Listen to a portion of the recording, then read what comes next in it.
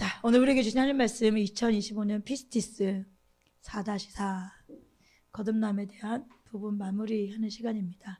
오늘은 거듭남 두 번째로 요한일서 3장 7절부터 10절까지 말씀을 가지고 함께 말씀을 나눌 텐데요. 우리 먼저 거듭남 두 번째로 말씀을 나눌 때, 그러면 거듭난 것을 어떻게 알 수 있냐? 내가 거듭난 거 어떻게 알 수 있냐? 그래서 거듭남은 도덕적인 변화, 인격과 생활의 변화를 가지고 온다. 그래서 거듭남은 마음과 의지가 변화가 된다. 그러니까 변화되지 않고 교회 오래 다닌다고 거듭난 게 아니에요. 또 거듭나지 않은 사람이 왜 거듭나지 않으면 왜 천국에 못 들어가냐? 그래서 우리 지난주에 여러 학자들의 이야기, 간증들 많이 나눴죠. 좋은 것, 하나님께서 좋다고 하시는 것, 하나님께서 너희가 추구해야 돼 라고 말하는 것들을 좋아하고 추구할 수 있는 저와 여러분 되어지길 주님 축복해요. 우리가 좋다고 말하는 거 진짜 좋지는 않잖아요. 그렇죠? 세상 사람들이 돈 많이 가지면 좋대, 세상 사람들이 명예 가지면 좋대. 좋죠. 좋죠. 근데 안 좋을 수도 있죠. 그게 최우선으로 좋지는 않잖아요. 저와 여러분 그래야 되는 것 같고, 그렇지 않나요? 근데 세상 사람들도 예수 믿는 거 쉽게 표현해 좋아, 반드시 믿어야 돼, 천국 너무너무 좋지, 반드시 가야 해. 그렇지만 안 좋게 느껴질 수도 있죠. 이 땅에서 그렇게 사는 사람이 천국을 간들 천국이 좋아지겠나? 그렇게 산 사람들이 천국에 간들 그곳이 천국이겠나? 결국 이 땅에서 우리의 삶이 무엇을 좋아하고 무엇을 추구하고 무엇을 따라가느냐가 여러분 영혼을 선택하는 거죠. 그래서 우리가 거듭났는가? 이런 부분들은 사실은 열매를 보면 알 수 있어요. 내 삶의 열매를 보면 알 수 있기 때문에. 그렇지만 그 열매가 어떤 사람은 무르익은 열매일 수 있고, 어떤 사람은 어린아이, 어떤 사람은 청년, 어떤 사람은 어른의 수준에 달하는 열매일 수 있겠지요. 이 수준은 달라요, 여러분. 모두가 다 어른들과 같은 장성한 분량의 믿음에 있는 건 아니니까요.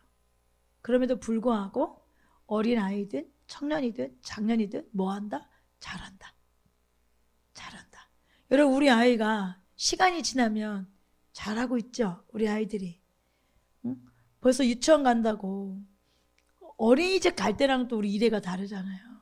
말도 너무 잘하고 자기 생각도 잘 표현하고, 또 아직은 좀 이제 처음에 몇 번이니까 지난주에는 이제 가면서 막 울고 그랬대요. 엄마 막 울고, 그러면서도 들어가기는 가야겠고 또 안 갈 수는 없는데 좀 힘들기도 한 것 같고 이러면서 이제 울면서, 엄마 여기 창문에서 나를 바라봐 주고 가실래요? 엄마 빨리 오실래요? 엄마 할 얘기는 다 하더라는 거죠. 할 얘기는 다 하더라는 거야. 그러면서 또 들어가는 거죠. 전과 같으면 발버둥을 치고 안 들어간다고 바닥에 눌어놓고 그러잖아요. 근데 큰 거잖아요. 내가 여기를 들어가야만 한다는 걸 알고 힘든 것도 알아. 힘든 걸 숨기지 않고 표현하는 것도 잘하는 거고. 제가 보고 많이 컸다. 그리고 이제 또 퇴근을, 또 이래가 퇴근을 교회로 하고 와요. 네, 동행하는 교회 지체죠. 퇴근을 교회로 와서 엄청 좋아해요. 같이 점심 먹고 막 즐거워하고, 분명히 유치원 들어갈 때는 울고불고 하고 들어가놓고 잘 갔다 왔어? 그러면 네 재밌게 갔다 왔어요 꼭 이렇게 말해서 뭘 믿어야 되는 거지? 라고 생각하지만 거짓말하는 게 아니라 이 아이 마음에는 그렇게 힘듦에도 불구하고 가면 즐겁구나를 아는구나, 그거를 이제 마땅하게 표현하는구나 를 깨닫고 알게 되는 것처럼, 여러분 잘하잖아요. 그렇죠? 잘해야 정상이죠. 안 잘하고 있으면 어때요? 이제 문제가 생긴 거잖아요. 병원 가야 돼. 진단 받고 치료를 받아야 돼. 아픔이야. 안 잘하는 건 아픔이야. 신앙도 마찬가지예요. 잘해야 돼. 그리고 자라요. 거듭남은 자라요. 그렇지만 어린아이에서 청년에서 장년으로 자라는 건 서로 다를 수 있어요. 그러니까 어떤 높은 기준을 두고 다 거기에 도달해야 돼 라고 말하면 안 돼. 다 저마다 그 자리가 다르기 때문에 각자 그 저마다 있는 자리를 위해서 자랄 수 있도록 응원해주고 서로 기도하고 또 은혜의 수단을 부지런히 사용해서 그 다음 단계로 자라가며 살아가는 것, 그게 거듭난 사람들의 삶입니다. 자, 그럼 세 번째로 오늘 이제 거듭남에 대한 이야기를 마무리하면서 정리를 좀 하겠습니다. 세 번째로, 그럼에도 불구하고 지금 현대교회 안에 두루 퍼져 있는 미혹의 영이 있다. 그럼 요한에서 4장 6절 한번 읽어볼까요? 우리는 하나님에게서 났습니다. 하나님을 아는 사람은 우리의 말을 듣고 하나님에게서 나지 아니한 사람은 우리의 말을 듣지 아니합니다. 이것으로 우리는 진리의 영과 미혹의 영을, 이런 말씀 들으면서 또 기분 나빠하는 사람들이 있을 텐데 그러지 마시고, 뭐 자기가 하나님이야, 뭐 자기 말을 들어야 되고 안 들어야 돼, 이렇게 좀 꼬인 생각을 좀 갖지 마시고, 그런 꼬인 마음이 있다면 예수 그리스도 이름으로 치유되어지길 주님의 축복합니다. 지금 여기는 사도 바울이 우리는 하나님에게서 났다, 하나님에게 났으니까 우리 같은, 쉽게 말하면 같은 팀은 우리 말을 듣는다. 왜? 우리가 하나님께 났으니까 하나님의 말을 듣는다. 그런데 하나님에게 나지 않은 사람은 우리 말 안 듣는다, 이렇게 말하는 거예요. 그러면서 하나님께 난 사람들은 하나님의 말을 듣고 하나님께 난 사람들이 하나님의 말을 듣는 그것은 진리의 영이다. 근데 하나님께 나지 않은 사람은 우리의 말을 듣지 않는데 그것은 미혹의 영이다. 그래서 진리의 영과 미혹의 영을 알아볼 수 있다, 이렇게 말할 수 있어요. 영분별 그렇게 어렵지 않죠. 심오해야 영분별이 되는 게 아니에요, 여러분. 자기 중심도 심오해야만 내가 어떤지 알 수 있는 건 아니에요. 디모데전서 4장 1절도 한번 읽어봅시다. 성령께서 환히 말씀하십니다. 마지막 때에 어떤 사람들은 믿음에서 떠나 속이는 영과 악마의 교훈을 따를 것입니다. 여러분 보세요. 디모데전서 4장 1절을 오늘 여러 차례 살펴볼 텐데 여기 보니까 뭐라고 그래요? 어떤 사람들은 마지막 때에 어떤 사람들은 믿음에서 떠난다. 근데 여러분, 이 말씀은 믿는 자들에게 하는 이야기예요. 이 말씀은 믿는 자들에게, 왜 마지막 때 이렇게 말하면서 어떤 사람들은 믿음에서 떠난대. 왜? 여러분, 믿는 사람이라고 왜 말할 수 있어요? 믿지 않은 사람이 믿음이 있어 없어? 없잖아요. 근데 어디서 떠난대? 믿음에서 떠난대. 그러니까 믿던 사람들이 있죠. 믿음이 있었어. 그런데 그 믿음을 버리고 뭐 한대? 떠난대. 그러면서 그들은 속이는 영과 악마의 교훈을 따른다, 이렇게 말하고 있죠. 그러니까 쉽게 말하면 교회 안에 속이는 영이 있을 수 있다 없다? 교회 안에 미혹의 영이 있다 없다? 있다. 그러면 이 미혹하는 영의 정체가 뭘까? 이 미혹하는 영의 정체, 계시록 20장 10절을 볼까요? 그들을 미혹하던 악마도 불과 유황의 바다로 던져졌는데 그곳은 그 짐승과 거짓 예언자들이 있는 곳입니다. 거기에서 그들은 영원히 밤낮으로 고통을 당할 것입니다. 여기 보니까 미혹하는 영의 조체는 뭐예요? 마귀와 그 졸개들이에요. 귀신들이에요. 이것들이 미혹의 영이에요. 이 마귀가, 이 귀신들이 최초로 미혹한 게 누구예요? 하와죠. 하와. 아담과 하와. 그러면서 고린도서 11장 3절에 뭐라고 그래? 그러나 내가 두려워하는 것은 뱀이 그 간사한 꾀로 하와를 속인 것과 같이, 이렇게 얘기해. 그럼 이 말이 끝난 거예요? 안 끝난 거예요? 지금도 계속된다, 안 계속된다? 계속되고 있다는 거예요. 그때로 이 마귀, 이 졸개들의 미혹, 이 간사한 꾀가 끝난 것이 아니다.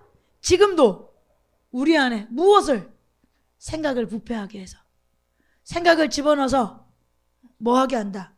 우리를 부패하게 해서 여러분이 그리스도께 대한 진실함과 순결함을 저버리게 되지는 않을까? 여기에 넘어가서 여러분들이 이 생각에 부패해져서 그리스도께서 떠나지 않을까? 그리스도를 향한 진실함과 순결함을 버리지 않을까? 두려워한다, 이렇게 사도 바울이 말하고 있어요. 그렇죠? 여러분, 오늘날도 여전히 마귀는 사람들을 미혹해요. 창세기에서는 마귀가 뱀을 이용했고, 오늘날은 그러면 뱀이 와서 미혹할까요? 여러분, 뱀을 어디 가서 만나? 요즘에는 돈이 우리를 유혹하고, 그렇죠? 각종 욕심이 우리를 유혹하고, 나 자신이 우리를 유혹하고, 또 이적과 기적도 우리를 유혹하지요. 마태복음 24장 4절 5절 읽어볼까요? 예수께서 그들에게 말씀하셨다. 누구에게도 속지 않도록 조심하여라. 많은 사람이 내 이름으로 와서 말하기를 내가 그리스도이다 하면서 많은 사람을, 그러니까 여러분 이 말씀은 너무 생각해 보세요. 내가 그리스도야. 그러면 여러분 그리스도에 관심 없는 사람들이 이 말에 속을까요? 아니에요. 그리스도에 관심 있는 사람, 예수 믿는 사람, 교회 다닌 사람들에게 뭐 하는 거예요? 얼마든지 저들이 유혹하고 미혹하도록 접근할 수 있다 없다? 있다는 거죠. 있다는 거. 누구에게도 속지 않도록 조심해라. 이렇게 말하고 있어요. 10절 11절도 읽어봅시다. 또 많은 사람이 걸려서 넘어질 것이요 서로 넘겨주고 서로 미워할 것이다. 또 거짓 예언자들이 많이 일어나서 많은 사람을 홀릴 것이다. 여러분 이렇게 속지 않도록 조심해라. 그럼에도 불구하고 많은 사람이 걸려서 넘어질 거고 서로 미혹하게 넘어질 거고 서로 미워할 거고 또 거짓 예언자들이 많이 일어나서 많은 사람을 뭐 할 거다? 홀릴 것이다. 그러니까 마지막 때까지 깨어있으라고 하시는 하나님 아버지의 말씀이 정말 참된 진리죠. 그래, 그래야 되는구나. 우리가 진짜 어느 순간도 안심할 수가 없는 시대 안에 살고 있고 하나님 그것을 우리 가운데 계속적으로 경고하셨고 권면하셨구나 이렇게 말하고 있어요. 아까도 얘기했던 디모데전서 4장 1절 2절 같이 한번 읽어볼까요? 성령께서 환히 말씀하십니다. 마지막 때에 어떤 사람들은 믿음에서 떠나 속이는 영과 악마의 교훈을 따를 것입니다. 그러한 교훈은 그 양심에 낙인이 찍힌 거짓말쟁이 속임수에서 여러분 거짓말쟁이 압이 누구예요? 거짓말의 압이 사단이죠. 그렇죠? 마귀 사단이야. 이 얘들은 거짓말 진짜 잘해. 능통해 거짓말을. 그런데 뭘 처음으로 깨죠? 생각을 깨. 생각에 잡혀 거짓말을 집어넣어. 그래서 속여 우리를. 그럼 그것 따라서 우리가 따라 살아. 악마의 교훈을 따라 살아. 여러분 사탄은 영혼들을 미혹하는데 이단만 사용하는 게 아니에요. 슬픈 이야기지만 영혼을 사랑하고 열성적이고 선한 의도를 가지고 있지만 복음에 대해서 올바르지 않게 이해한 목회자들 통해서도 여러분 사탄은 성도들을 미혹하는 도구로 사용할 수 있어요. 사탄의 미혹은 뭐 이단이 모여있는 집회 장소에서만 있는 것이 아니라 하나님의 집인 교회에서 예배드리는 곳에서도 얼마든지 이 미혹의 영이 공변하게 이루어질 수 있어요. 속으로 설마 교회에서 이렇게 생각할 수 있겠지만 여러분 성경에 보면 그럴 수 있다라고 말하면서 미혹에 넘어가지 말아라 여러 번 경고하는 성경 구절들을 우리가 살펴볼 수 있어요. 그 대표적인 예들을 한번 읽어볼까요? 고린도전서 6장 9절부터 10절입니다. 불의한 사람들은 하나님 나라를 상속받지 못하리라는 것을 알지 못합니까? 착각하지 마십시오. 음행을 하는 사람들이나 우상을 숭배하는 사람들이나 간음을 하는 사람들이나 여성 노릇을 하는 사람들이나 동성애를 하는 사람들이나 도둑질하는 사람들이나 탐욕을 부린 사람들이나 술 취하는 사람들이나 남을 중상하는 사람들이나 남의 것을 약탈하는 사람들은 하나님 나라를 상속받지 못할 것입니다. 착각하지 말래. 이렇게 살면서 천국 갈 생각 하지도 말래. 분명히 이렇게 말하고 있잖아요. 불의한 사람들 천국 못 갑니다. 여러분 그러면 여기에 해당되는 사람들이 다 예수 안 믿는 사람들인가요? 여러분 교회 다니는 사람 중에 음행하는 사람 여러분 고린도전서 읽어보세요. 쉽게 말하면 그 아들이겠지? 아들이 계모와 막 정을 통하고 이런 일들이 고린도 교회에 있었잖아요. 교회 안에 있다고요. 교회 안에 여러분 음행하는 사람이 있고 간음하는 사람이 있고 여성 노릇하는 사람이 있고 동성애하는 사람도 있고 도둑질하는 사람도 있고 탐욕을 부리는 사람도 있고 술 취하는 사람도 있고 남을 중상모략하는 사람도 있고 남의 것을 약탈하는 사람도 있지요. 교회 안에도. 그런데 많은 경우 뭐라고 말해요? 이렇게 살아도 교회 다니면 쉽게 말해서 교회 다니면 천국 갑니다 이렇게 가르치잖아요. 근데 성경은 그렇게 말하지 않아요. 이런 사람들에게는 하나님 나라 없다. 이런 사람들은 하나님 나라를 상속받지 못한다. 이렇게 말하고 있죠. 갈라디아서 6장 7절 8절도 같이 읽어봅시다. 자기를 속이지 마십시오. 하나님은 조롱을 받으실 분이 아니십니다. 사람은 무엇을 심든지 심은 대로 거둘 것입니다. 자기 육체에다 심는 사람은 육체에서 썩을 것을 거두고 성령에다 심는 사람은 성령에게서 영생을 심는 대로 뭐한다? 거둔다. 그러면서 뭐라고 말해? 시작을. 자기를 속이지 마세요. 열매가 이미 맺혀 있는데 나는 이 나무입니다 라고 주장하고 나는 이 나무야 라고 스스로를 속이지 말아라. 왜? 심는 대로 거둔다. 육체를 심으면 육체의 것을 거두고 성령을 심으면 성령 것을 거둔다. 그러니까 여러분 결국 거듭남은 우리의 변화된 마음과 의지에 변하여 우리의 열매로 내가 거듭났는지 안 났는지를 알 수 있어요 없어요? 알 수 있어요. 분명히 성경에서도 그런 열매가 없음에도 불구하고 괜찮다라고 생각되어지는 거, 여러분 이거 미혹이에요. 분명히 착각하지 마, 자기를 속이지 마 이렇게 분명히 말하고 있잖아요. 그건 미혹된 영에 들어가 있다는 거예요. 에베소 5장 3절 5절 같이 읽읍시다. 음행이나 온갖 더러운 행위나 탐욕은 그 이름조차도 여러분의 입에 담지 마십시오.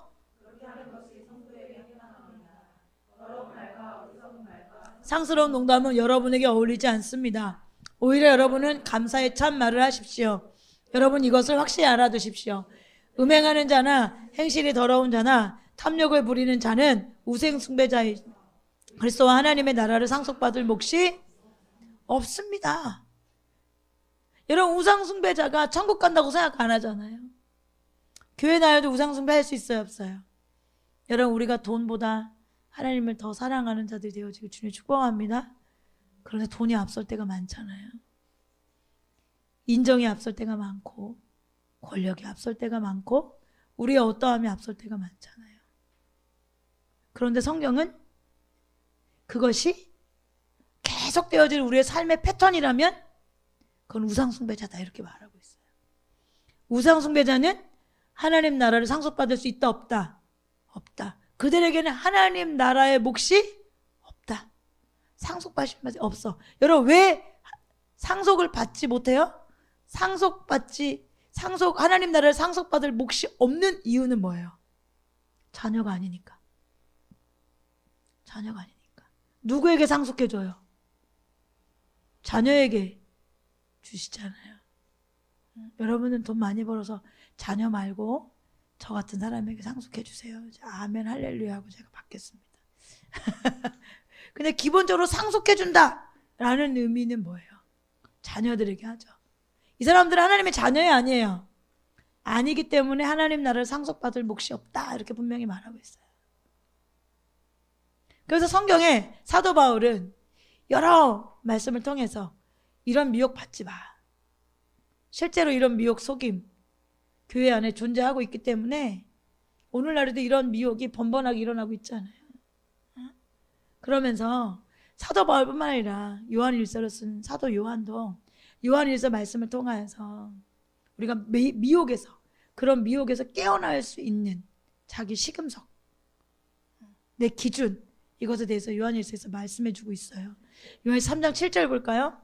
자녀되니 여러분 자녀들에게 하는 이야기야. 자녀되니 여러분 아무에게도 미혹당하지 마십시오. 미혹을 당할 수 있다 없다? 있다. 그러니까 깨어있어야 돼. 근데 이게 미혹당하는 건지 안 하는 건지 어떻게 우리가 볼 수 있냐? 의를 행하는 사람은 하나님이 의로우신 것 같이 의롭다.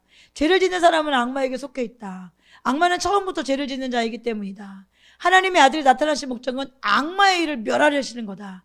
하나님에게서 난 사람은 누구나 죄를 짓지 않는다. 하나님의 씨가 그 사람 속에 있기 때문이다. 그는 죄를 지을 수 없다. 그가 하나님에게서 났기 때문이다. 하나님의 자녀와 악마의 자녀가 여기에서 환히 드러난다. 의를 행하지 않는 사람, 자기 형제자매를 사랑하지 않는 사람, 누구는 하나님에게서 난 사람이 아니다. 여러분 미혹당하지 않게 조심하십시오 라고 말하면서 뭐에 대한 이야기예요? 그들이 믿고 있는 진리에 맞게 살고 있니? 이렇게 말하는 거예요. 그들이 믿고 있는 하나님을 닮아가고 있니? 그가 의를 행하는 분인데, 그가 의를 행하는 분이기 때문에 그 자녀들은 의를 행해. 그는 사랑하는 분이기 때문에 그 자녀들은 하나님을 사랑하고 자기 형제자매를 사랑해. 사랑하는 삶을 살고 있니? 이렇게 말하고 있잖아요. 여러분, 이 말씀들을 보면 교회 안에도 거듭남과 관련돼서 심각한 미혹이 역사하고 있다는 것을 알 수 있어요. 많은 사람들이 여전히 죄 가운데 살면서도 거듭났다고 착각해.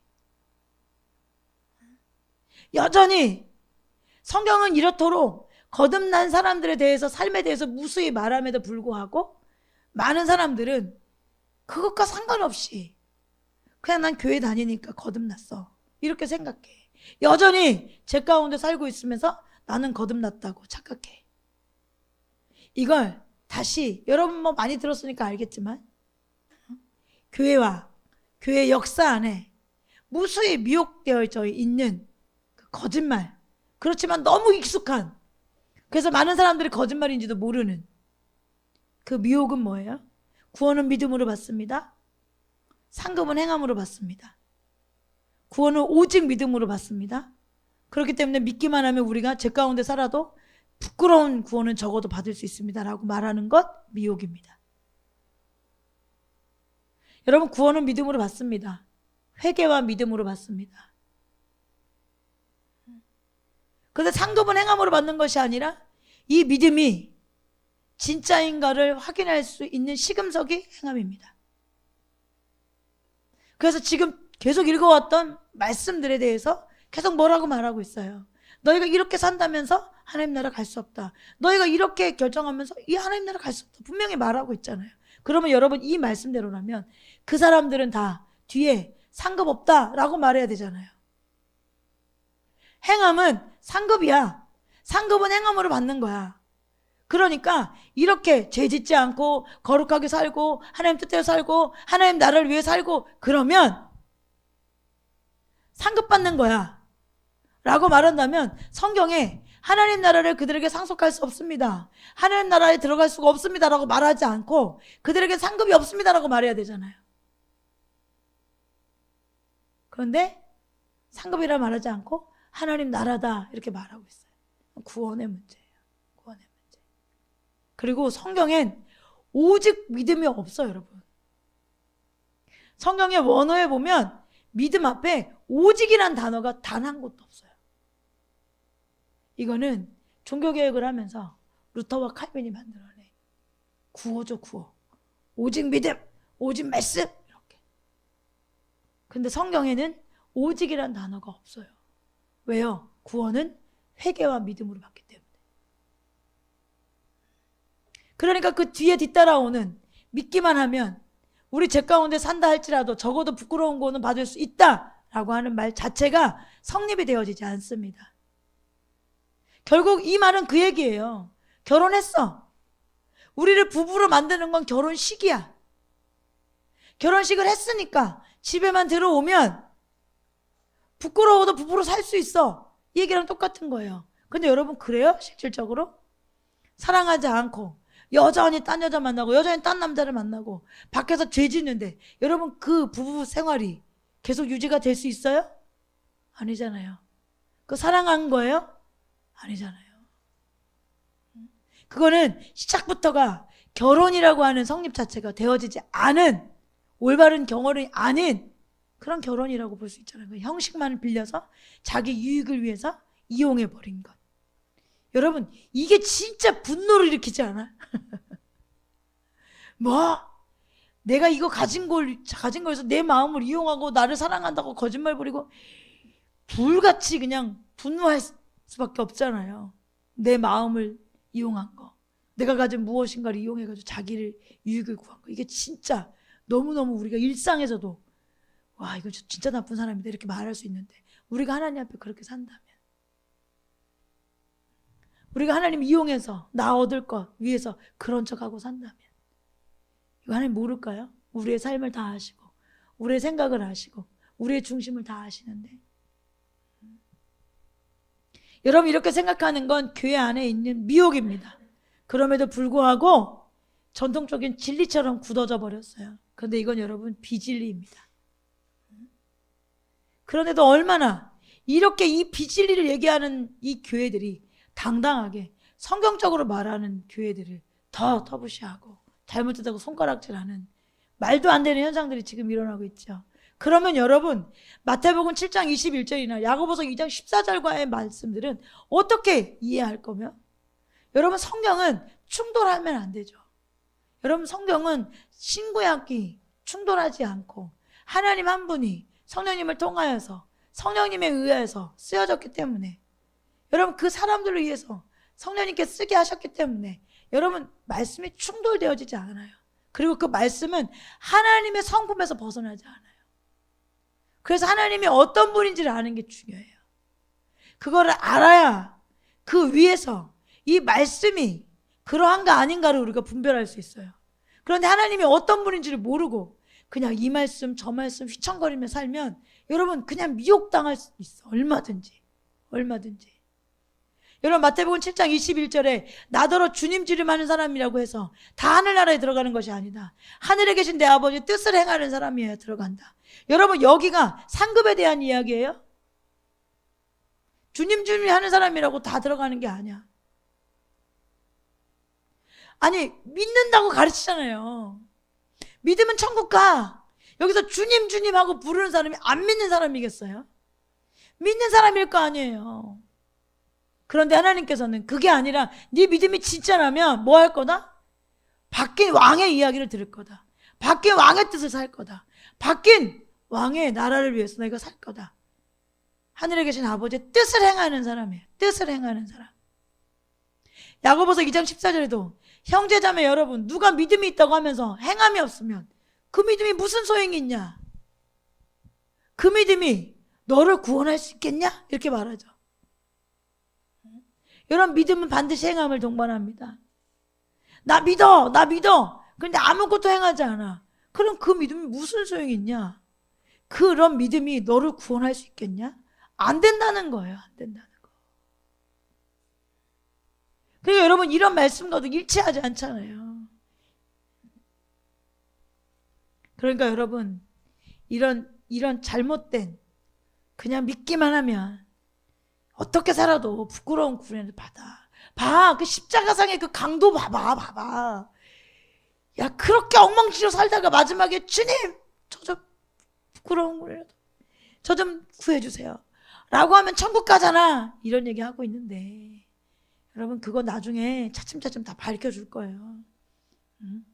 그렇게 생각하고 사는 게 얼마나 잘못됐고 또 그 사람에게 이루어진 구원은 어떤 구원인지 여러분 말씀해 드릴 텐데 여러분 그거 생각하면서 자꾸 봐라 막 살다가 마지막 죽기 전에 그냥 딱 주님하고 그냥 천국에 쏙 들어가면 좋을 텐데 라고 생각하는 사람이 혹여나 있다면 돌이키시길 주님 축복합니다.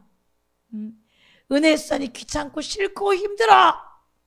일찍 만나가지고 왜 난 하나님 날 일찍 만나주셔가지고 이거 평생 하고 살아야 되잖아 이렇게 생각하는 사람이 있다면 즉시 돌이키는 은혜의 길 주님 축복합니다.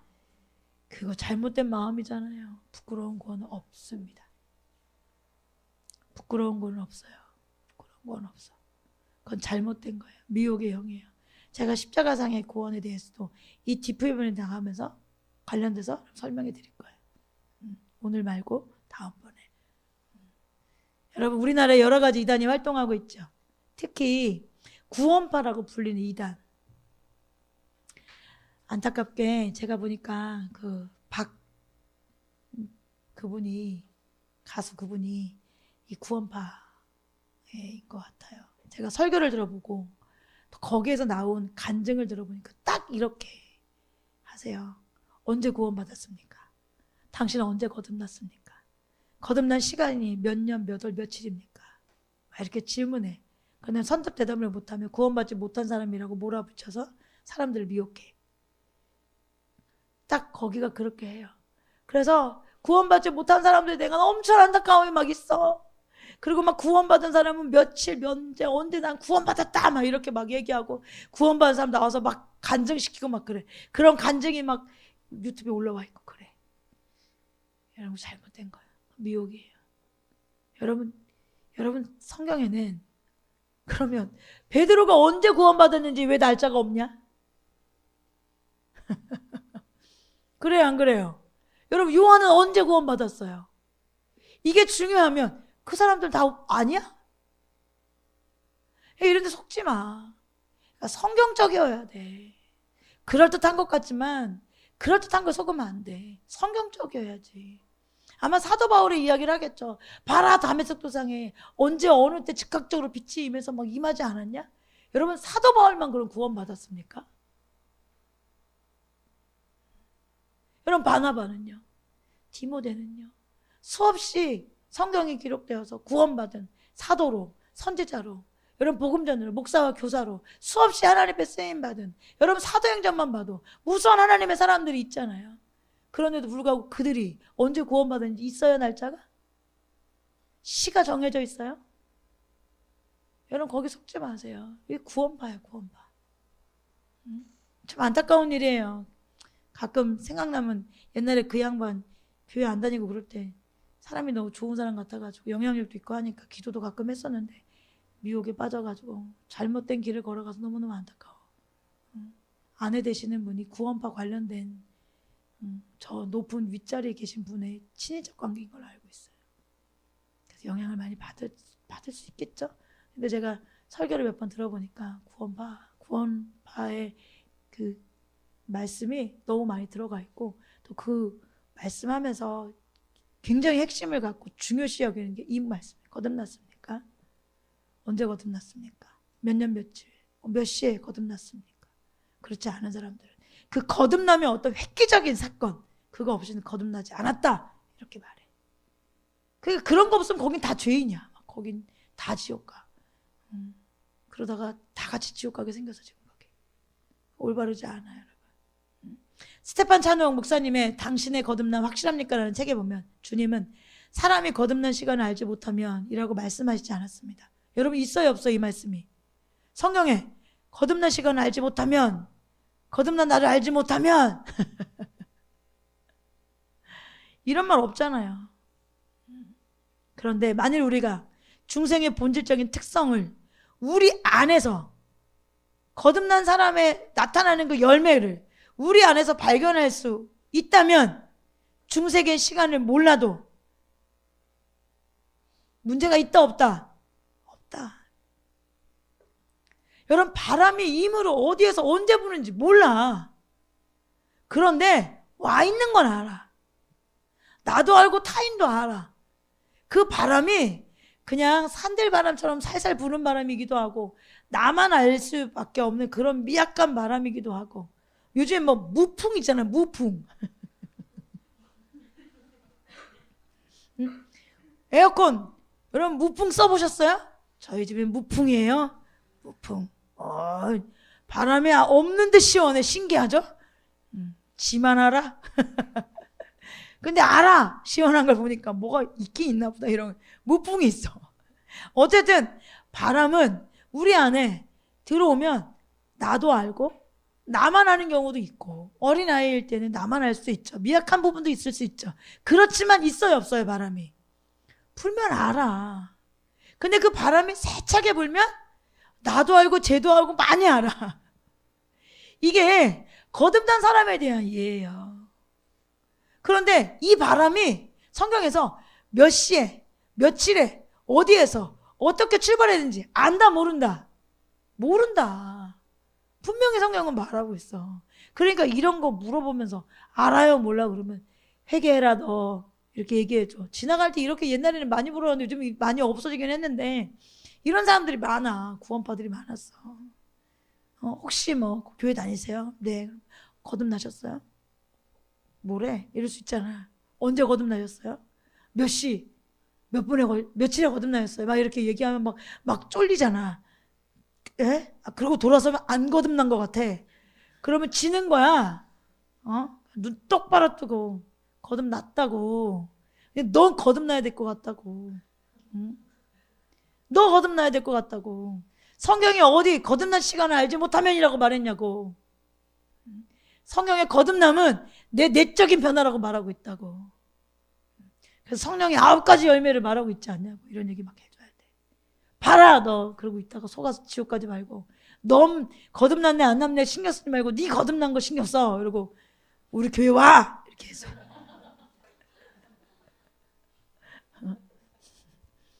정신 바짝 차려야 돼. 제가 대학교 다닐 때 신학교 다닐 때 이런 사람 진짜 많았어. 요즘 많이 없어졌어. 그 옛날에 그 세월호 그 문제로 구원파의 문제가 확 드러나면서 그 사람들이 확 거리에서 줄어들었긴 했어요. 근데 그전에는 우리나라 얼마나 많았나 몰라. 다니면서 꼭 이렇게 질문해. 그럼 이제 신학교 다닐 때 재밌잖아. 자꾸 이제 비비 돌리면서 얘기 더 하지. 그래요? 헉, 어떻게 나 아닌가? 막 이렇게 얘기하고. 그럼 언제 거듭났어요? 그랬구나. 그리고 돌아오면서 욕하지. 저 어떡하냐 저거 이러면서. 이제 그렇게 하지 말고 저처럼 하지 말고. 원래 신학 때는 약간 좀 혈기가 있어. 지가 세상 다 구할 것 같거든 1학년 때. 막 진짜 나 불에도 물에도 다 뛰어들어 주를 위해 살리라. 생명 다하여 살리라. 그렇게 살다가 뭐 A 나와야 되고 B 나오면 거꾸로 열받아 솟아서 막 교수님 들이받고 그러거든. 그게 다 또 뭐 그럴 때예요. 그러니까 막 어디 가면 막 재밌어. 막 괜히 시비 걸고 점집 가서 가만히 앉아있다 오고 막 그래. 네가 점괘가 나오나 보자 뭐 이러고서 오고. 그런 이상한 짓 많이 하는데 네, 저도 좀 가끔 했는데 수업하러 갔다가 했는데 이제는 그러지 말고 한 영혼을 사랑하는 마음으로 그거는 성경적이지 않습니다. 이렇게 얘기하고 여러분도 이거 올바르지 않아요? 올바르지 않은 거예요. 거듭남은 뭐예요? 우리의 중생의 상태. 우리 안에서 발견돼. 내 안에서. 존 스토트 목사님은 더욱 설득력 있게 이렇게 말해요. 당신이 그리스도께 돌아오긴 했지만 그것이 언제였는지 날짜를 모른다고 해도 아무 상관없다.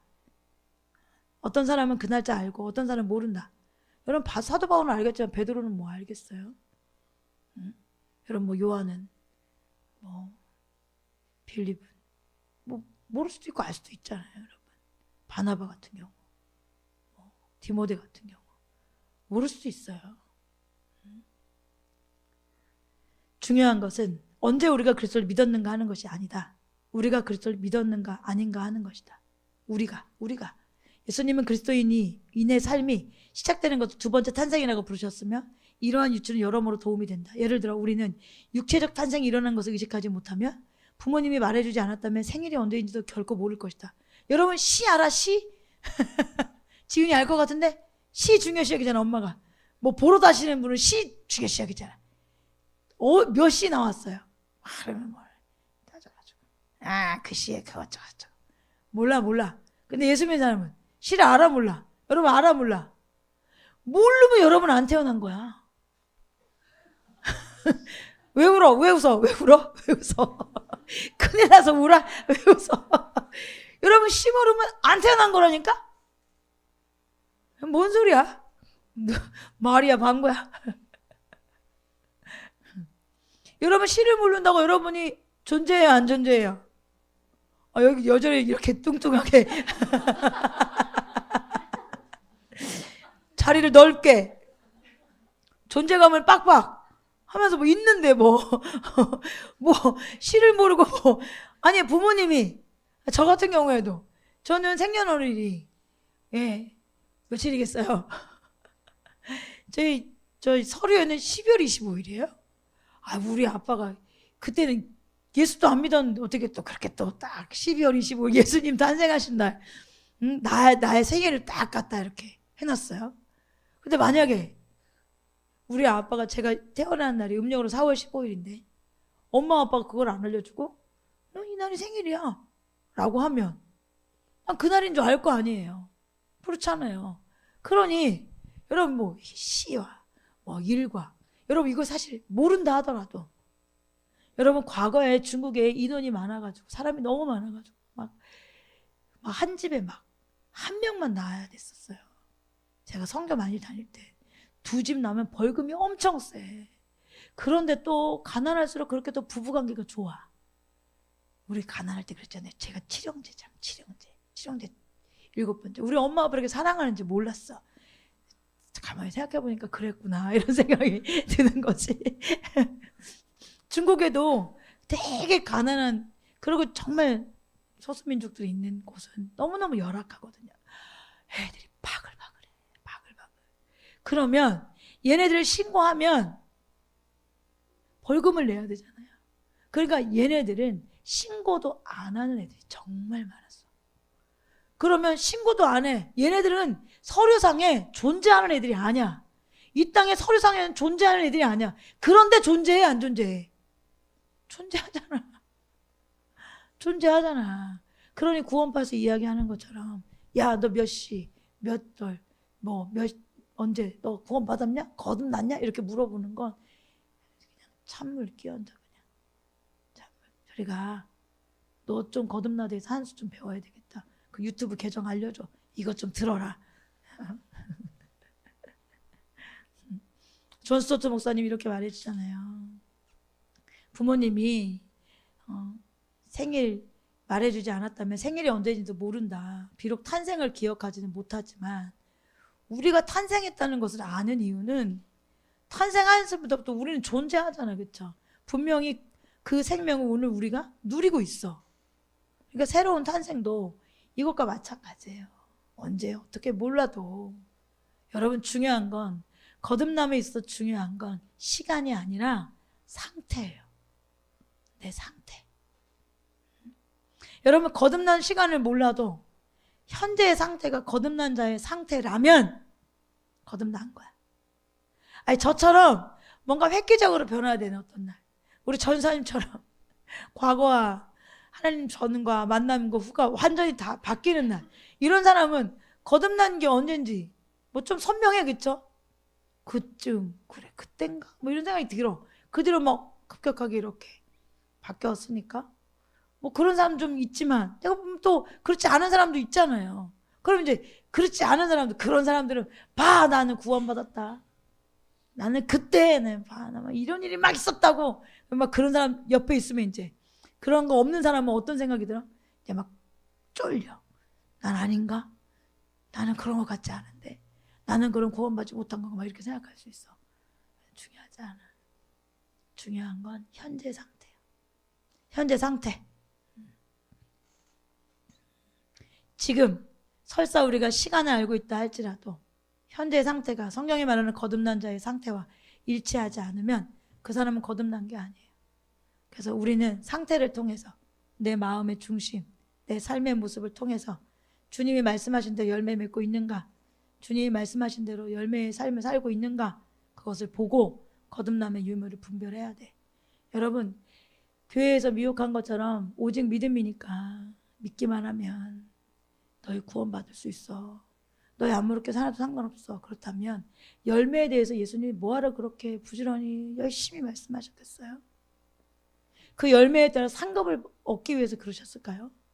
아니에요. 그런 말씀이 아니라고, 앞뒤 문맥을 보면. 그러니까 그 미혹에 넘어지지 않고 성경을 분명히 잘 아셔서, 여러분, 내가 예수 믿는 자인가, 오랫동안 교회 다니는 거 중요하지 않다니까. 내 상태가, 내 마음의 중심이 정말로 하나님 백성으로서의 열매를 맺고 있나, 형제 사랑하고 있나, 형제자매 사랑하고 있나, 거룩한 삶을 살고 있나, 하나 되는 삶을 살고 있나, 하나님 아버지를 나의 왕으로 삼고 그 왕의 백성으로 살고 있나, 예수 그리스도를 나의 신랑으로 삼고 그분을 기다리며 거룩하고 정결한 삶으로 살고 있나, 그분과 동행하고 있나. 여러분, 이런 모든 것들이 여러분 거듭난 사람들의 삶이죠. 여러분, 그 상태를 확인하시면 우리가 어떤 자리에 있는지 알 수 있죠. 이런 말씀을 나누면서 저는, 여러분들도 그렇겠지만, 하나님이 너무너무 좋으신 분이라는 걸 너무너무 많이 깨닫게 되죠. 여러분, 땅에 살면서 너 구원받는지 안 받았는지 알 수 있어. 그러니까 돌이켜. 그러니까 이런 말씀을 무수히 성경에 적어놓고 있는 거죠. 너 이렇게 하면 천국 못 가. 그러니까 너 돌이켜. 또 한편으로는 내가 받았나? 내가 천국 백성인가? 내 지옥 가는 거 아닌가? 너무너무 두려워하고 불안한 자들에게는 이런 기준이 있으니, 너희가 그렇게 살고 있다면 평안해. 너희가 그렇게 살고 있다면 오늘 감사하고 함께 내일을 위해서 또 그렇게 살아가는 거야. 불안하고 떨고 두려워할 일이 아니야 라고 말씀해 주시는 거잖아요. 그러니까 하나님 얼마나 좋은 분이에요. 하나님 우리에게 너무너무 선하신 분이시죠. 여러분, 우리의 삶이 거듭나 변화되어지고 조금은 어린아이로 변화돼요. 어린아이에서 자라는 경우도 있고 청년에서 장년에 자라는 경우도 있어. 서로 다르지만 그래서 서고 지고 시기하고 질투할 필요도 없는 거예요.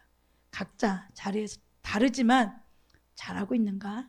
하나님 더 사랑하고 있는가? 예수들 더 닮아가고 있는가? 내 내면이 바뀌어가고 있는가? 내 의지가, 내 마음이 변화되고 있는가? 그것이 우리의 거듭남의 시금석이에요, 여러분. 상태가 우리의 거듭남의 시금석이에요. 자, 네 번째로 이제 이 거듭남에 대해서 결론을 좀 맺어 보겠습니다. 첫 번째, 세 부분에 대해서 이야기를 할 텐데, 첫 번째는 이 말씀을 듣고 있는 우리 모두는 이게 빛이잖아요. 유혹에, 미혹에 넘어가지 않는 빛이에요. 이 빛에 감사해야 되는 거죠. 케네스기 목사님이 새로운 탄생이라고 하는 소책자에 너무나 많은 사람들이 거듭나는 경험에 대해 잘못 배웠기 때문에 거듭남도 없이 죽어서 영원히 구원받지 못하게 된다, 이렇게 말해. 거듭나는 경험에 대해 잘못 배웠어. 미혹됐어. 그래서 거듭나지 못하고 거듭난 줄 알고 살다가 지옥 간다, 이렇게 말하고 있는 거예요. 예수님이 말씀하신 것처럼 소경이 소경을 인도하면 둘 다 구덩텅이에 빠지죠. 그러니 여러분, 이런 거듭남에 관해서 너무 명백한 하나님의 말씀이 우리 가운데 주어지는 건 큰 은혜입니다. 큰 은혜예요. 예수님이 마태복음 7장 6절에 거룩한 것을 개에게 주지 말고 너희의 진주를 돼지 앞에 던지지 말아라. 그들이 발로 그것을 짓밟고 되돌아서서 너희를 물어뜯을지도 모른다. 여러분, 뭐예요? 귀한 거를 귀한 걸로 아는 것, 소중한 것을 소중한 것으로 아는 것, 그것을 취하는 것, 그것을 얻는 것, 여러분, 이게 참된 우리의 모습이잖아요. 그런데 거룩한 것을 줘도 거룩한지 모르고 진주를 줘도 가치 있다고 모른다면 여러분, 이것은 너무너무 불쌍한 인생인 거잖아요. 저와 여러분이 가치 있는 것을 깨닫는 은혜가 있게 주님 축복하고, 또 하나님께서 귀한 말씀들을 이끌어 가실 때 소중히 여기고, 또 그 시금석 앞에 우리 돌아보고 점검해서 반드시 하나님 기뻐하시는 구원을 이루어가는 저와 여러분 되길 주님의 축복합니다. 두 번째로, 아직도 내가 날 볼 때 거듭나지 않은 사람인 것 같다, 또 내 주변에 거듭나지 않은 사람이 있다, 그렇다면 여러분, 꼭 지금도 우리에게 이 말씀을 통해서, 환경과 상황을 통해서 노크하시는 성령님께 내일 오세요 라고 말하지 마셔야 돼요. 여러분, 지금이에요. 지금. 신앙은 현재적인 거예요. 하나님은 과거를 보시는 분이 아니라 현재를 보세요. 지금. 스테판 찬영 목사님이 진정한 그리스도인이 아닐 바에는 차라리 안태하는 게 낫다, 이렇게 말해. 그리고 진정한 그리스도인이 되는 유일한 길은 거듭나는 것밖에 없다. 뒤이어서 성령께서 지금까지 한 번이라도 붙들고 씨름해보지 않은 사람은 세상에 단 한 사람도 없다. 그러니까 성령님께서는 모든 사람을 붙들고 씨름한다는 거예요. 구원받게 하기 위해서. 그리스도께서는 그의 성령을 통하여 문을 계속 두드리고 계신다. 여러분, 이것이 하나님 아버지의 열심이에요. 그 열심이 특심이잖아요. 그렇게 열심히 문을 계속 두드리고 계세요. 베드로는 이 말에 대해서 베드로전서 2장 12절에 권고하시는 날이라고 표현해요. 하나님 우리를 구원의 길로 인도해 가고 계시죠. 구원으로 초대하고 있어요. 참된 구원으로. 하나님 우리에게 너의 마음을 줘. 그러면 내가 너에게 내 나라를 주게. 이렇게 말씀하고 있잖아요. 여러분, 한 사람도 이 기회를 놓치지 않고 붙잡는 저와 여러분 되어지길 주님 축복하고, 또 우리 주변에 구원받지 못한, 거듭나지 못한 사람들이 있다면 여러분 반드시 이 복음을 알려주셔서 주님 앞에 돌아올 수 있도록 참된 구원의 길, 미혹의 영에 빠지지 않고 참되게 그 길을 걸어갈 수 있도록 여러분, 저와 여러분이 쓰임받고 사용되어지길 주의 축복합니다. 스테판 찬동 목사님이 하나님께서 권고하실 때 속히 그 뜻에 순종하고 중생되어야 될 이유에 대해서 4가지를 말하는데, 첫 번째는 일찍 중생하는 것이 하나님 영화롭게 하는 데 기여하고, 여러분 빨리 거듭나는 게 좋죠. 늦게까지 놀다가 세상 다니는 일이다가 그 십자가상에 있던 강도처럼 나 늦게 딱 가야지, 이런 내심에는 뭐가 있어? 타락하고 싶다, 죄짓고 싶다, 내 마음대로 살고 싶다, 이 마음이 있는 거잖아요. 여러분 이건 하나님 영화롭게 할 수가 없겠죠. 그러니 여러분 일찍 거듭나는 게 하나님을 영화롭게 하는데 기여하는 거예요. 또 일찍 중생하는 것은 자기에게 많은 유익을 줘요. 여러분 예수 믿어서 좋아요, 나빠요? 거듭나서 좋아요, 나빠요? 아니 나는 이해가 안 가. 아니 이렇게 예수 믿으면 좋고 은혜의 수단을 적극적으로 사용하면 세상에서 그냥 애쓰고 힘쓰고 땀 흘리는 것과 비교할 수 없는 은혜를 누리고 사는데 왜 안 하는지 모르겠어. 왜 안 하는지. 약간 그런 거 있잖아요. 운동 열심히 한 사람들은 운동에 좋은 효과를 얻으면 운동 안 하는 사람들이 답답할 거 아니야. 옛날에 우리 그 백모 자매가 우리를 얼마나 답답했겠어요. 응? 그 백모 자매가 우리한테 운동 좀 하라고 맨날, 그리고 막 운동을 위해서 막 이렇게 열심히 했는데 우리를 보며 얼마나 찌찌찌 열을 찾겠어요. 충분히 이해도 간다. 지금 모르잖아, 좋은 걸 안 해봐서. 그렇죠. 참 안타까울 것 같아. 해본 사람은 좋은 걸 자꾸 하라고 권면하잖아. 여러분 은혜의 수단을 꾸준하게 사용하면서 그 은혜를 누리고 하나님 나라 백성으로 살면서 하나님께서 주신 은혜로 사는 사람들은 자꾸 그거를 권하지. 그렇게 살아. 이렇게 사는 게 행복해. 이렇게 살아야 살 수 있어. 이렇게 살아야 천국 백성이야. 이렇게 살아야 거듭나고, 이렇게 살아야 영원히 또 천국까지도 갈 수 있어. 그렇지만 천국만이 아니라 이 땅에서도 하나님의 보호하심이 함께하심이 함께해서 평안하게 살 수 있고 기쁘게 살 수 있어 라고 말하지만 다 깨닫나요? 그렇지 않아요. 그러니까 말씀 듣는 우리라도 여러분 이렇게 일찍 중생하는 게, 나 늦게 할 걸 이렇게 말하던 거 회개하고, 나를 일찍 불러줘서 감사하다. 이게 내게 유익이 되기 때문에 하나님께 날 만나주셨다. 이렇게 생각하시는 은혜가 있기를 주님 축복합니다. 중생을 미루는 것만큼 어리석은 일이 없다. 4번째로 왜? 시간이 가면 갈수록 중생은 더 어려워진다. 여러분 이 4번째에 대한 이야기, 시간이 가면 갈수록 중생이 더 어려워진다라는 이 이야기를 하면서 이런 말을 뒤이어서 해요. 중생을 외면하면 영적 심판을 회부된다. 그리고 영적인 심판은 중생을 불가능하게 만들어버린다. 복음의 영향을 받고 있으면서도 그것을 수용하지 않는 사람들에게 임하는 영적인 심판은 우리 눈으로 볼 수 있게 임하는 것이 아니라서 흔히들 생각하는 것보다 더 빈번하게 일어난다. 하나님께서는 노골적인 죄에 대해서는 가시적인 심판으로 여러 번 응징하신다. 그러나 고집 피우고 중생을 거부하는 것은 영적인 심판으로 응징하신다. 스테판 찬양 목사님이 이렇게 말했어요. 그러면 이 영적인 심판이 성경적인가? 성경에도 이 영적인 심판에 대해서 경고하셨나? 이런 말씀이 있나? 살펴보셔야 되잖아요. 근데 이런 말씀이 생각보다 많습니다.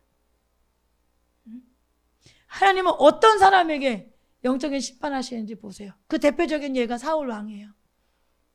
사무엘상 16장 1절 같이 한번 읽읍시다. 주님께서 사무엘에게 말씀하셨다. 사울이 다시는 이스라엘을 다스리지 못하도록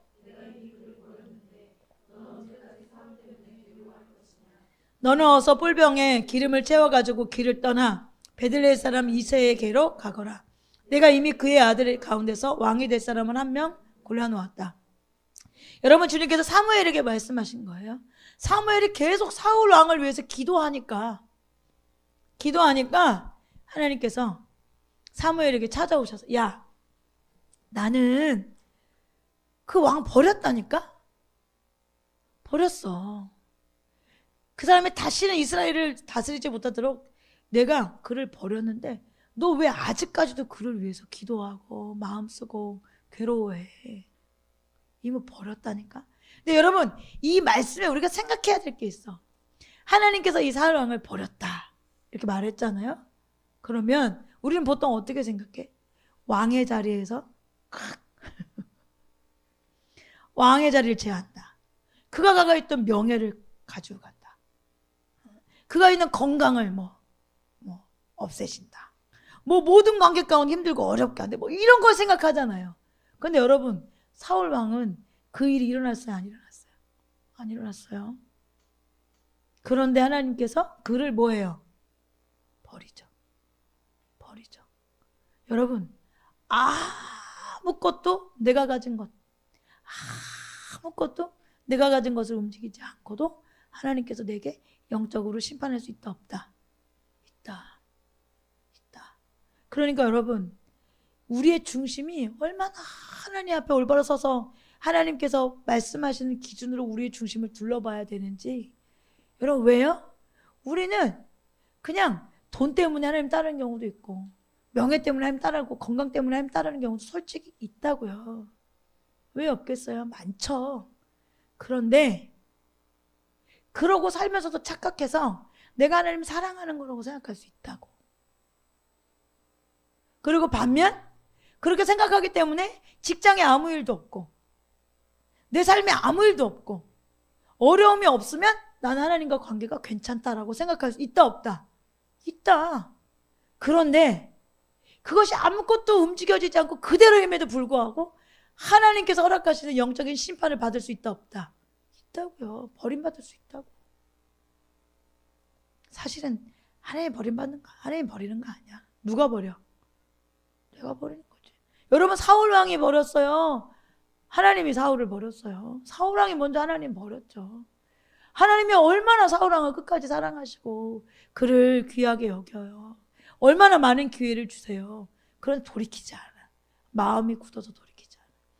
여러분, 저는 그런 생각해. 여러분, 사울 왕에게 주어진 가장 큰 은혜는 다윗을 주신 거라고 생각해. 사울 왕에게 있어서 다윗을 줬다는 건 너무너무 큰 은혜야.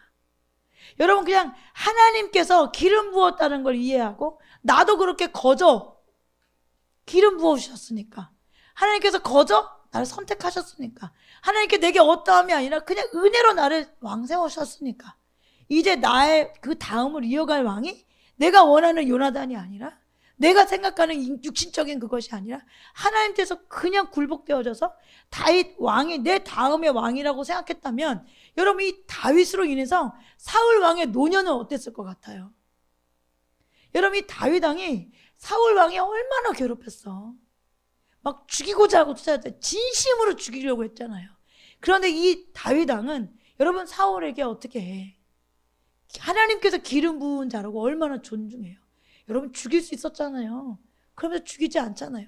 옷자락 베어온 것만으로도 얼마나 하나님 앞에 죄지어 회개하고 돌이키고 견딜 수 없이 힘들어 하잖아요. 여러분, 그런 사람을 준 게 사울왕을 하나님은 얼마나 사랑하셨나, 저는 이런 게 보여. 연약할 수 있죠. 부족할 수 있죠. 그럼에도 불구하고 그걸 알고 그것을 커버하고 함께 합력하여 선을 이룰 수 있는 사람은 하나님이 주셨음에도 불구하고 육신적으로 눈이 돌아가면, 이것이 내 거라고 주장하기 시작하면 하나님께서 돕는 자를 못 봐. 어느 순간 왕이 내 거야. 그리고 왕을 유지하기 위해서 내가 힘을 써. 그리고 모든 백성들한테 내가 좋은 왕이 되기 위해서 내 생각으로 모든 일을 해. 여러분, 그래서 그 결론이 뭐예요? 백성들도 왕을 좋아했어요? 그렇지 않아요. 간신히 왕의 자리는 유지하고 있었지만 그의 최후는 뭐예요? 그의 최후도 결국 자살이잖아요. 그의 최후도. 여러분, 다윗 왕이 얼마나 사울이 괴롭혔어. 그래서 주변 사람들이 보기에 다 사울 왕이 죽었다는 소리를 들었으면 다윗 왕이 너무너무 기뻐할 거로 생각해가지고 막 사랑받고 싶고자 하는 자가 막 내가 갈 거야. 내가 먼저 가서 알려줄 거야. 내가 1등 할 거야. 그래서 왔는데 다윗 왕이 그 소리를 듣고 뭐래요? 그 신하를 죽이죠. 여러분, 그럴 만큼 다윗 왕은 사울 왕에 있어서 너무 큰 복이었어. 근데 못 보는 거죠. 못 보는 거. 여러분, 이게 영적인 심판이야. 눈이 어두워지는 거. 봐도 볼 줄 모르고 깨달았지 못하고 들어도 듣지 못하는 눈이 가려워지는 거. 마음이 어두워져서 결국 하나님 떠나는 거. 여러분 이게 영적인 심판이라고. 이사야 6장 9절 여러분 10절 그러자 주님께서 말씀하셔도 너는 가서 이 백성에게 너희가 듣기는 늘 들어라. 그러나 깨닫지는 못한다. 너희가 보기는 늘 들어라. 그러나 알지는 못한다 하고 일러라. 너는 이 백성의 마음을 둔하게 하여라. 그가 귀가 막히고 그 눈이 감기게 하여라.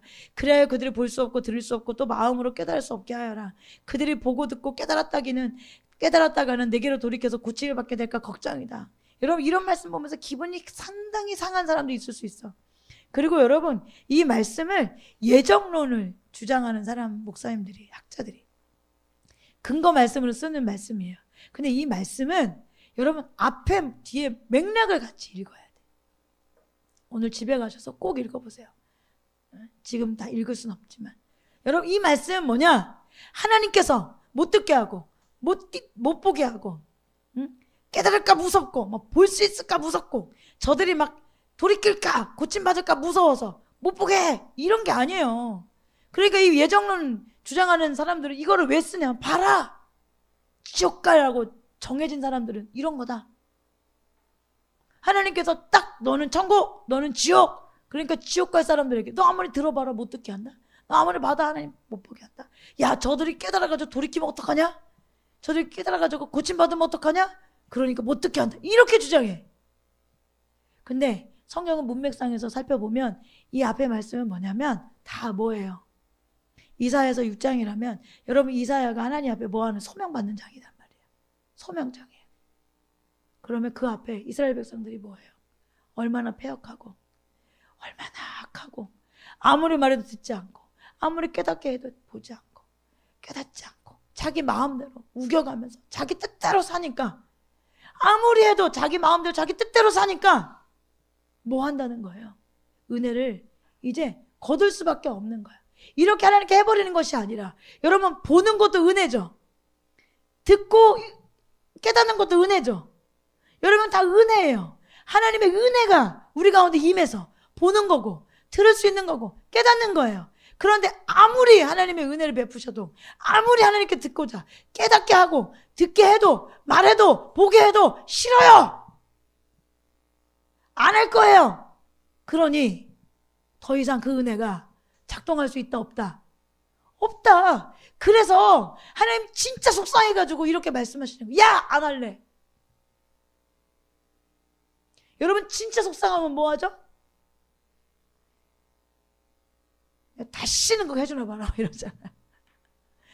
안 해주고 싶은 마음이에요. 해주고 싶은데 저 녀석들이 안 받아가지고 속상한 마음이에요. 그냥 속상한 마음인 거잖아요. 지금 하나님께서 그렇게 말씀하시는 거예요.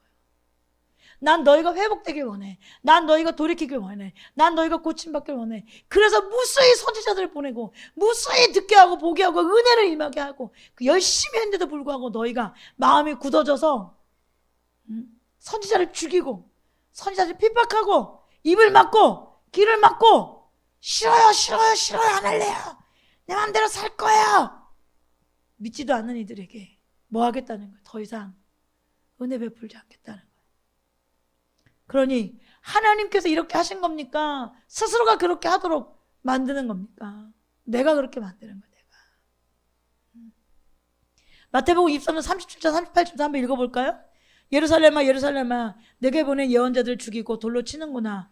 암탉이 병아리를 날개 아래 품듯이 내가 몇 번이나 내 자녀들을 모아 품으려 하였더냐. 그러나 너희는 원하지 않았다. 보아라 너희 집은 버림을 받아서 황폐하게 될 것이다.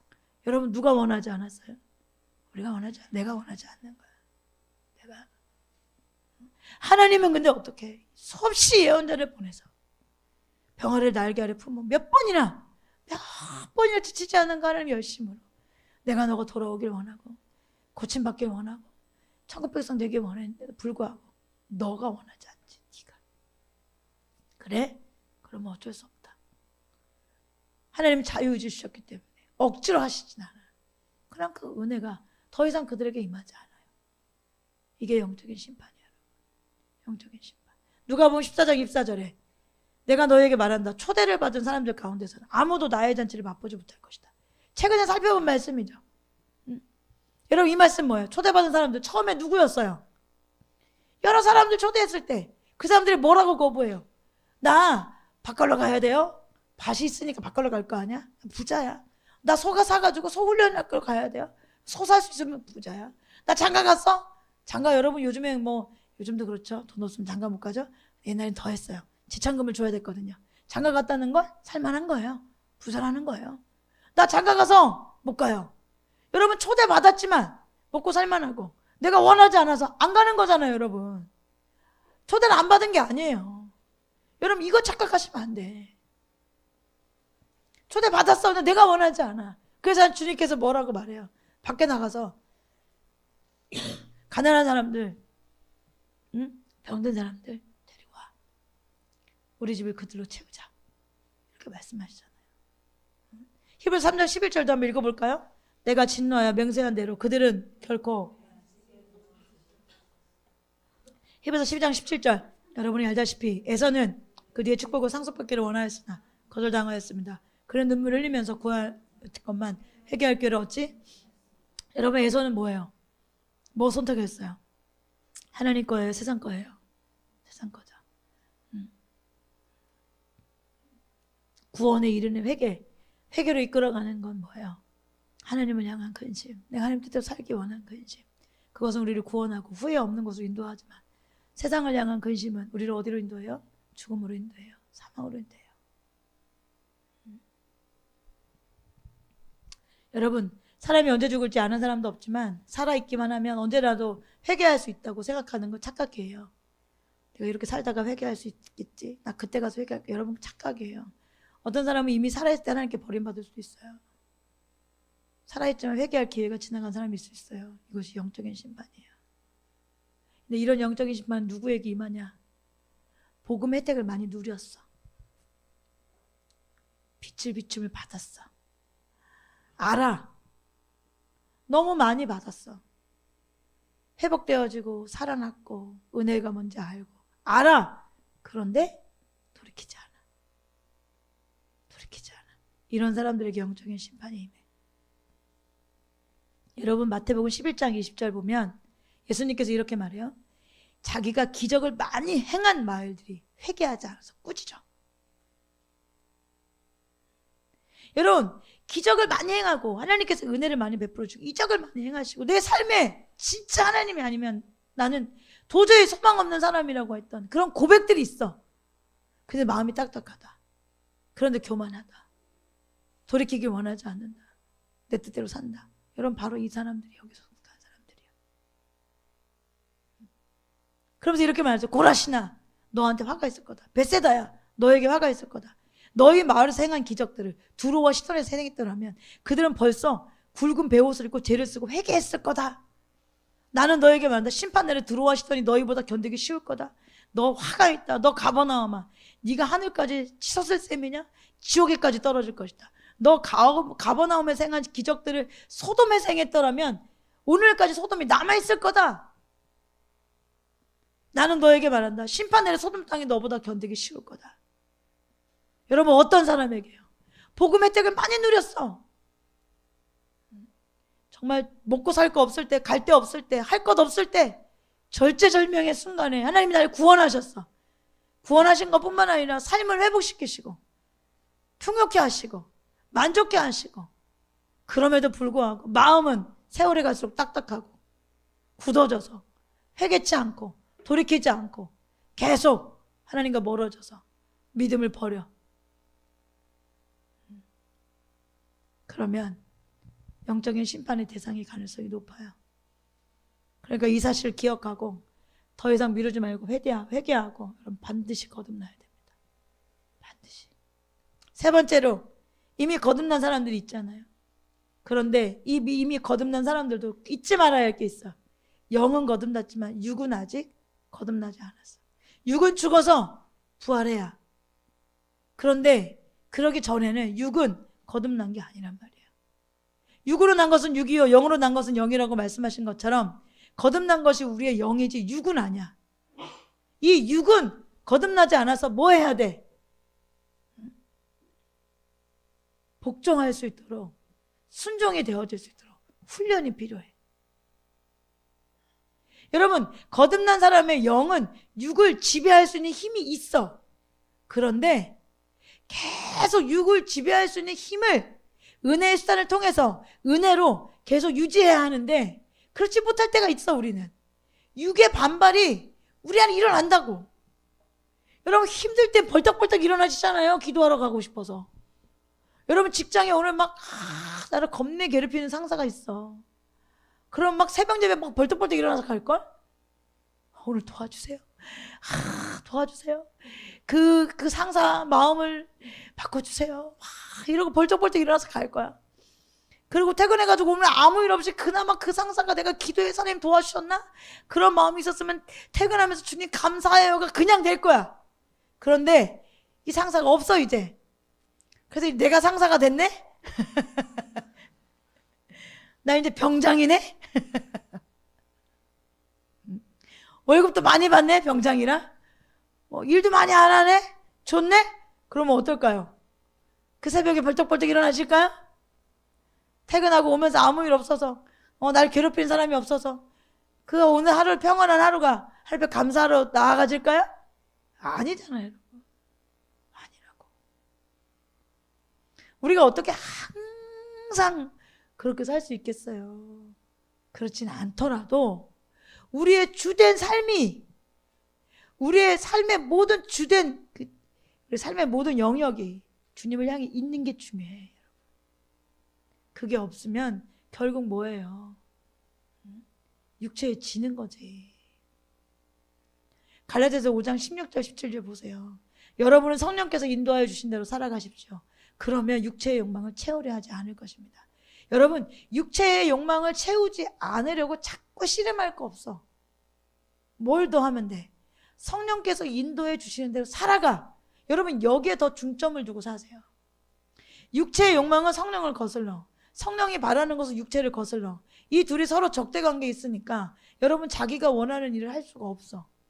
나는 성령이 원하는 걸 하고 싶은데 내 육체는 자꾸 그거 원하지 않아. 여러분, 기도하러 올 때, 이제 퇴근해가지고 기도하러 교회 올 때, 여러분, 이제 뭐 당연히 내가 갈 곳이야 라고 생각하고 또 그 다음을 넘어서 퇴근하고 기도하러 교회 갈 수 있다는 건 진짜 큰 은혜다. 나 너무 감사하다. 기쁨으로 온다는 건 여러분, 계단을 오르는 것 같이 씨름이 있었어요, 없었어요? 또 오늘도 안 쉬고 매일 교회를 아침에 했는데 또 저녁에도 이런 마음이 여러분 다 있잖아. 저도 있어. 저도 오늘 기도해 말어 이런 생각을 죄송한데 해요. 근데 그때에도 힘을 내서 그래 하자 이럴 때에는 그 목사님 기도해야죠. 기도해요. 이러면 그래 하자 이렇게 될 수 있는 거야. 금요일 아침에 오전 기도회 안 하려고 했더니 상황이 막 좀 그래서 오전에는 어떡하지 했더니 기도해요. 매일 아침 와가지고 기도하는 거 좋아요. 그래서 그래? 그럼 하자. 육체는 좀 더 쉬고 싶어. 이 나이가 들어가지고 조금만 피곤하고 어떤 경계선을 조금만 넘어가면 이제 막 표가 나. 막 어지럼증도 자주 오고 통증도 자꾸 일어나고 그래서 좀 쉽진 않은데 육체는 자꾸 우리를 끌어내리고 싶어해. 왜? 육체가 거듭난 건 아니니까. 육이 거듭난 건 아니니까. 그래서 이 육을 여러분 순종하고 복종시킬 수 있는 영이 있어야 돼. 그 충만한 영, 거듭난 영이 계속 우리 육체를 복종시키도록 이끌어갈 수 있어야 돼. 그러기 위해서는 진짜 은혜의 수단을 끊임없이 사용하는 거 말고는 없어요. 베드로 2장 11절에 나는 나그네와 거류민 같은 여러분에게 권합니다. 영혼을 거슬러 싸우는 육체적 정욕을 멀리하십시오. 고린도 9장 20절도 내 몸을 쳐서 굴복시키십시오. 남에게 복음을 전하거나 도리어 나 스스로 버림을 받고 가련한 신세가 되지 않으려는 것이 사도 바울의 고백이었어요. 여러분, 어떤 사람들은 거듭나면 자동적으로 하나님 말씀대로 살 수 있을 거라 생각해. 착각입니다. 존 스토트 목사님이 변론자 그리스도라는 뛰어난 책에서 성화가 중생의 자연스러운 결과라고 말하는 것은 자동적인 결과라고 말하는 것과 다르다. 그렇게 되어져 라고 말하는 것은 그렇게 하면 이건 자동적으로 되어져 라고 자정적인 거야 라고 말하는 거랑 다른 거야. 참으로 중생한 그리스도인이라도 여전히 생각 없이 행동할 수 있고 중대한 죄를 저지를 수 있고 인간관계에서 실패할 수 있고 결혼 생활에 문제를 갖게 될 수 있죠. 여러분 동의하잖아요. 거듭나면 이런 거 없어야 되잖아요. 자동적이라면. 근데 그렇지 않잖아요. 이것이 신약성경에서 그리고 동료 그리스도인들의 삶에서 분명히 나타나면 우리의 삶에서 역시 그러하다. 그래서 여러분 서신서에서는 도덕적인 교훈들을 상세히 말하고 있어. 혀를 통제해야 되는 것에 대해서, 생활비를 벌기 위해서 열심히 일하는 것에 대해서, 게으르지 말아야 되는 것에 대해서, 솔직하고 공정하며 손님 대접을 잘하고 용서하고 친절히 행동하는 것에 대해서, 성적 순결함에 대해서, 남편에 대해서, 아내에 대해서, 부모에 대해서, 자녀에 대해서, 주인과 종의 관계에 대해서, 서로 상호 의무에 대해서 다 서신서에서는 이야기해주고 있다. 이러한 사도들의 권고를 받고 있는 사람들은 그리스도인들로 중생한 사람들이 아니었던가. 그렇다. 그들은 중생한 사람들이었다. 하지만 사도들은 중생한 자들이 당연히 거룩하다고 여기지 않았다. 그들은 상세한 교훈과 권고, 모범과 기도에 의해 거룩함을 이루었다. 여러분, 성화가 중생의 자연스러운 결과임에는 틀림이 없어요. 그런데 자동적인 건 아니야. 아무것도 안 하는데 된다. 아니야, 이건 아니야, 여러분. 어제도 우리 말씀드리면서 변화를 갖고 싶다. 돌파를 이루고 싶다. 그러면서 아무것도 안 하면서 돌파되어지고 아무것도 안 하면서 변화된다. 그건 거짓말이다. 들으셨잖아요. 여러분 성경에서 변화되길 원한다. 돌파되길 원한다면 더 기도해야 돼, 지금보다. 말씀을 더 봐야 하고 부지런히 성경 말씀을 들어야 하고 또 좋은 간증들도 들으셔야 되고 여러분 좋은 책 끊임없이 읽으셔야 돼. 여러분 그렇잖아요. 여러분 우리는 스가 아니잖아. 스 목사 스 우리 스가 아니잖아. 그 라인이 아니잖아. 그렇잖아요, 여러분. 여기는 그냥 이렇게 그냥 저 산꼭짝이 들어가가지고 세상과 단절해서 자기 구원만을 위해 가지고 세상 다. 여러분 이게 기독교적인 정신이 아니에요. 이건 예수님이 이 땅에 오셔서 세상에 들어가서 세상을 구원하시고 세상을 이기셨어요. 여러분 이게 그리스도인의 삶이에요.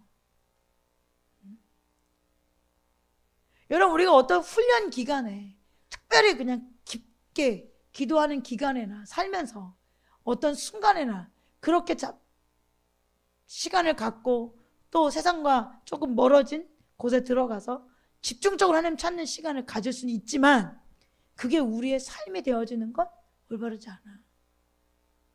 왜? 예수님께서 그렇게 사시지 않았으니까.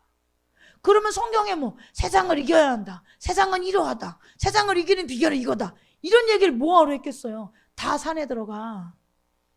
세상과 보타지 않기 위해서는 세상을 안 보면 되지. 그러면 세상을 안 보면 여러분 구원할 자가 있어 없어? 우리가 어떻게 그 누구를 구원해?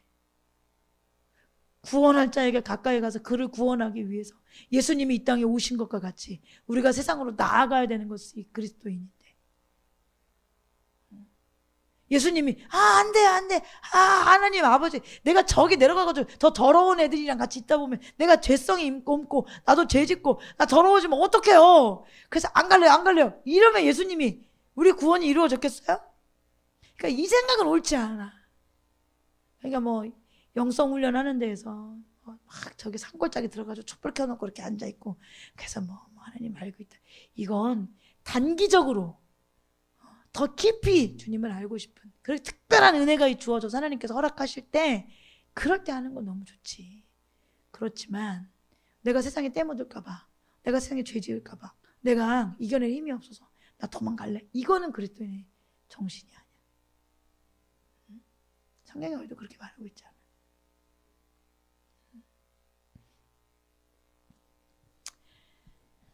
여러분 자동적인 게 아니에요. 중생은 영의 태어남이고 영은 육과 마찬가지로 태어날 때 부분적인 모습이 아닌 완전한 모습을 갖추고 태어나요. 그러나 악의 모습으로 태어나. 처음에 거듭났을 때는 아기야. 여러분, 아기가 원래는 한 얼굴 반쪽만 해서 나오고 자라면서 이제 코도 하나 더 생기고 뭐 눈도 하나 더 생기고 귀도 하나 더 생기고 이러지 않잖아. 완전한 인간이죠. 아기가. 그것과 마찬가지로 거듭날 때도 우리 완전한 하나님의 형상으로 거듭나는 거예요. 그런데 그 수준이 아기지, 그냥 아기. 우리도 마찬가지야. 그러니까 아기가 자라는 것처럼 우리의 거듭난 영도 계속 자라야 돼. 그러니까 우리는 이 자라기 위해서 열심히 예배 참석해서 잘 드셔야죠. 말씀을 잘 섭취하고 기도하고 하나님께 드리기를 힘쓰고 작은 일에 충성 봉사하고 전도에 힘쓰고 여러분 이렇게 해서 청년이 되는 거예요. 청년이 되면 더 나아가서 바울과 같이 아비들과 같이 잘하는 거예요. 잘하는 거. 어릴 때는 그냥 오롯이 도움을 받죠. 어릴 때는 오롯이 도움을 받아. 잘하면 이제 돕기도 하고 마음을 내줄 수도 있고 상황을 두리번거리면서 확인해 줄 수도 있고 섬겨야 될 것들 알 수 있겠잖아요. 그렇죠? 그러다가 여러분 더 잘하면 어때요? 나로 인해서 수많은 사람들이 어떻게 좋은 영향을 받고 그리스도께 돌아오기도 하고 그들에게 나를 내어주면 그들이 잘하고 먹고 사는 일들이 일어날 수 있어요, 없어요? 있잖아요. 이게 거듭난 사람들이 즉 신학적인 용어로 거듭나면 시작이거든요. 칭이에요. 시작이에요. 시작하면 거기서 멈추는 게 아니라 성화로 계속 자라는 거예요. 계속 자라. 그렇게 자라서 결국 그 자란 사람들이 천국 가는 거예요. 그래서 그 천국이 뭐예요? 영화되었다. 이렇게 말하는 거죠. 이게 이제 신학적인 새 용어이긴 하지만 여러분 그래서 결국 구원도 과거와 현재와 미래가 분명히 있잖아요. 우리 모두가 예수 그리스도 닮고 하늘에 계신 아버지의 온전하신과 같이 온전하게 되어지는 것이 우리의 삶의 목적이고 또 우리 삶이 살아가는 이유입니다. 여러분 꼭 기억하세요. 거듭났다. 내가 거듭났는가? 나 잘하고 있는가? 내가 내 마음과 의지가 변화되었는가? 어떤 사람은 좀 잘 자라는 사람이 있지. 저도 보니까 되게 더딘 사람 같아. 요즘에 하나님 앞에 저를 돌아보니 너무 더딘 사람 같아. 참 더딘 사람이다. 좀 하나님 입장에서 참 안타까운 사람이겠다. 이렇게 애가 모자란 것처럼 못 알아듣나 뭐 이런 생각도 하실라나. 그러니까 제 편에서 너무 하나님 앞에 죄송하기도 하고 그런 마음이 진짜 많은 것 같아요. 그럼에도 불구하고 변화되었는가? 하나님 더 사랑하고 하나님의 성품에 대해서 우리가 닮아가고 또 그 성품을 인정하고 하나님 아버지 인정하고 신뢰하고 의지하고 이런 삶이 계속 자라고 있는가? 여러분 이것이 거듭남의 시금석입니다. 상태, 내 마음의 상태, 내 의지의 상태. 여러분 어떤 소식을 들으면 기뻐요? 변화되는 소식을 들으면 기쁘죠. 야, 좀 좋아진 것 같지 않냐? 이런 얘기하면 너무 행복하잖아요. 아, 전엔 그러더니 요즘에는 야, 좀 이러더라. 힘을 좀 내는 것 같아. 하나님 은혜 가운데 있는 것 같아. 너무 감사하잖아요. 그런데 10년, 20년 돼도 맨날 응애응만 하고 있어. 응애. 나만 봐줘. 그냥 자기의 사고에 갇혀서 나는 이것만 있으면 돼요. 우기고 고집 부리면.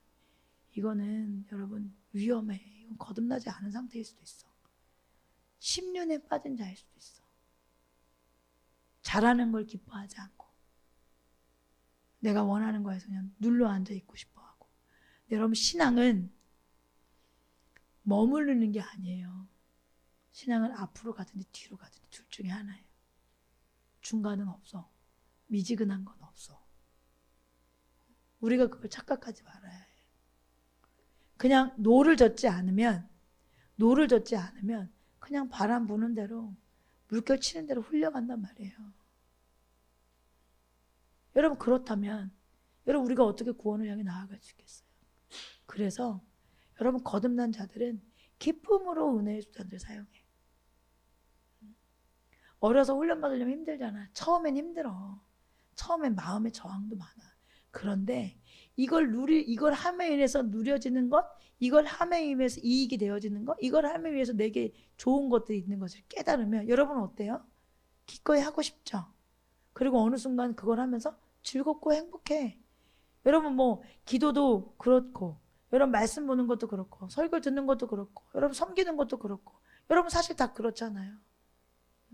요즘에는 우리가 막 말도 안 되는 소리를 가끔 하잖아. 운동을 안 하니까 몸이 찌뿌둥해. 이런 얘기를 무슨 인생 살면서 무슨 상상도 해보지 않은 말이잖아요.